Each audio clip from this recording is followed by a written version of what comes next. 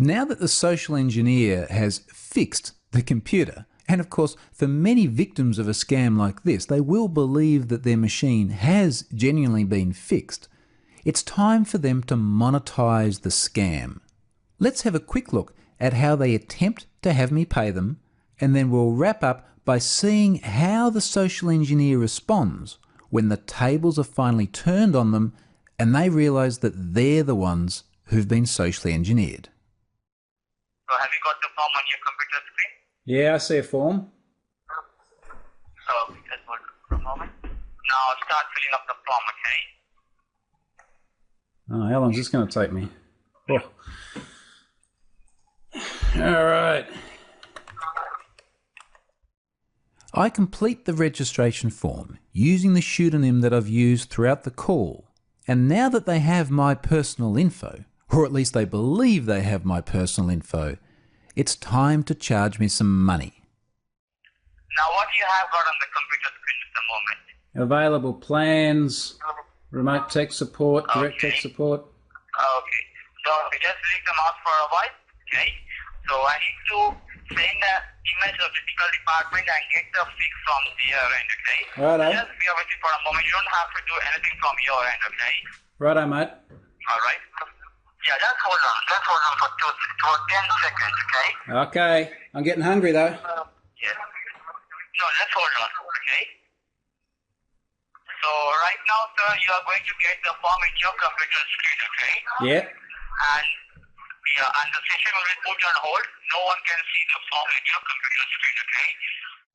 Notice how even now, as the scam begins to wind up, and the social engineer is convinced I'm about to give them money, they're still fabricating the story. The charade that they've created continues. Of course they can see my computer screen. They've still got remote control. In fact, they're about to use that remote control to direct me straight through to the payment form. So I need to confirm from your end. As I told you, it's only one-time payment, okay? And for long 1 year, it's $160. So as my engineers confirmed me that in your computer you required a high compatibility software, okay, in your computer. So I need to want your preferences that as it's only one-time payment, for how long you want to activate this warranty code, okay? I want to know your preferences for how long you want to build it. Mate, for only 1 year? Yeah, just 1 year. And we'll see how it goes after 1 year. Okay, so as I told you that you can carry forward this warranty on other new computer as well, okay, if you want, okay? So I will send the form in your computer screen for 1 year, okay? So you can do one, you can figure out the plans if you want. Yeah. You can see the plan on your computer. Yeah, just 1 year, mate. Okay, just bear with me. Okay, now start filling up. Have you got the form? If you want to click the form, just start filling up the form, okay? Now, right now, the session has put on hold. No one can see this form, okay? No one can see that, okay, right? Yeah, only you can see this form. So start filling up the form. Here's what the social engineer has been working towards for the entire call. This is what they want to get me to, the payment form. And of course, using the persistent remote control, which they still have access to, and full visibility of my screen, despite what they say, they believe they've now directed me all the way through to the point where I'm going to pay them $160 for the service that they've provided. Now this is really the end of their social engineering attempts. And what you need to keep in mind as you reflect back through this module is how your average consumer would fall victim to this scam.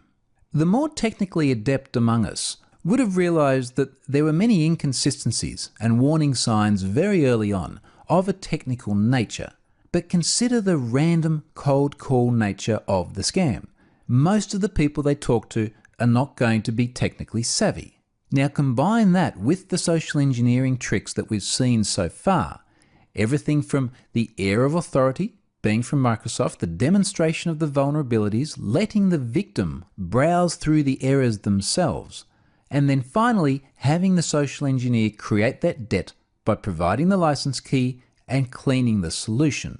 Put yourself in the average victim's shoes. This would be an enormously successful scam. It's very convincing in many ways. But unfortunately for them, in this case, I'm not your average consumer. Let's see how it winds up. All right, mate, I just want to check something on another. I just opened a different window. Can you see that window okay? Sorry? So I just opened something on another window because I just want to check something with you. Can you see that one all right? No, I can't say nothing, okay? Right now the business is on hold. Okay, well, can you just maybe load my screen back up again? I just need to show you something before I fill it in because I'm just not sure about something. Okay. Can you see my screen okay now? No, I can't see your screen. What you're doing? Have you started filling up the form in your computer screen right now? No, I'm stuck on something. Now, start to consider how this social engineering scam unravels. And what's really interesting here is that as adept as this scammer is, he starts to really struggle when things aren't going to script. I'm meant to be filling out the payment form. What am I doing trying to take him to a website? He's stumbling a little bit. Let me show you what I do next. You know, what am I... Okay. You guys are... Was this... Sorry? Are you from... Are you? Yes? You can see my screen now, can't you? Or do you want me to read it to you?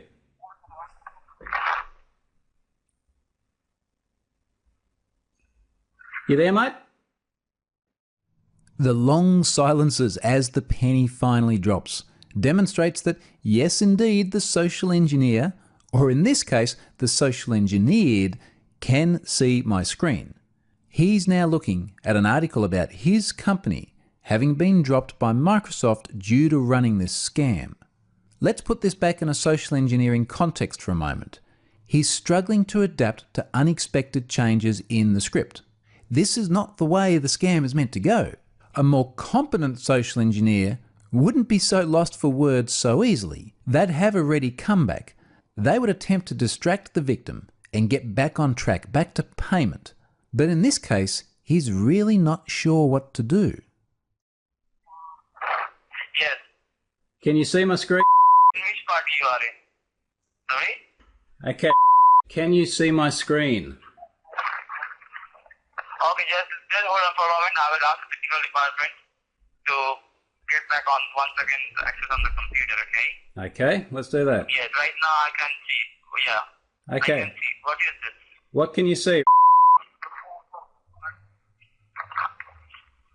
It says Microsoft drops partner accused of false scam call like that, right? And is that you guys? Sorry? Is that you guys? Are you?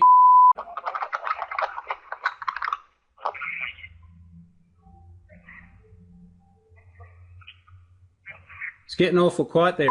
Yes. Sorry? Is this you guys? Are you guys the cold call scammers? Confronted with this evidence, the social engineer is completely lost for words. Once he realizes that he himself has been socially engineered, he does ultimately become quite defensive.